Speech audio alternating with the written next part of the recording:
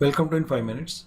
Now I'll write a program with switch case statement. It's a simple program to input a digit and display it in the words. For example, if input is digit 3, then you have to output that 3 in words as THREE 3. So it will be a simple program. We'll input some variable, let's say n. Then we'll check if n equal to 1, we'll output ONE1 spelling. If the input was 2, then printf output TWO2, that is spelling 2, and so on up to if input is 9, then output the word 9. So it can be done with simple if else or switch case. See, for example, here we'll start with normal hash include commands, then main.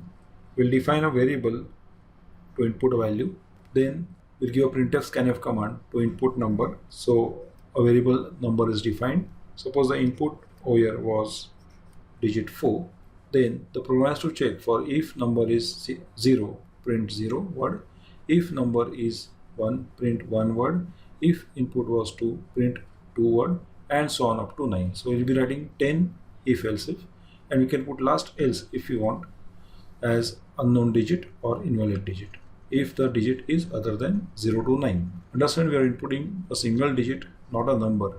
So if number input was 25, output will not be shown as 2, 5 or 25. Yeah, will be okay with single digit. Now this same program we can do obviously with switch case, because switch case and if else are nearly same. So in this case I'll put switch as NO, that is number to be checked, and if it is 0, print 0 word. If the number is 1, print 1 word. If NO is 2, print 2 word, and so on up to if number is 9, print word 9. Otherwise that is default, prints not a digit.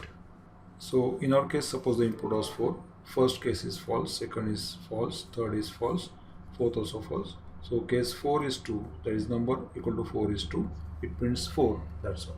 So the overall program will be enter a digit. Suppose the input was 4, it will just print message as word 4. Now let's see this program working practically. You can see a complete program working over here.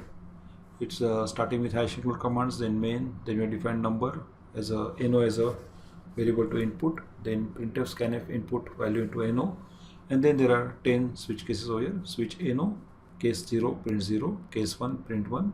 Everywhere you put break statement to stop the switch case statement, and lastly after last 9 check we'll put default not a digit, and the program finishes.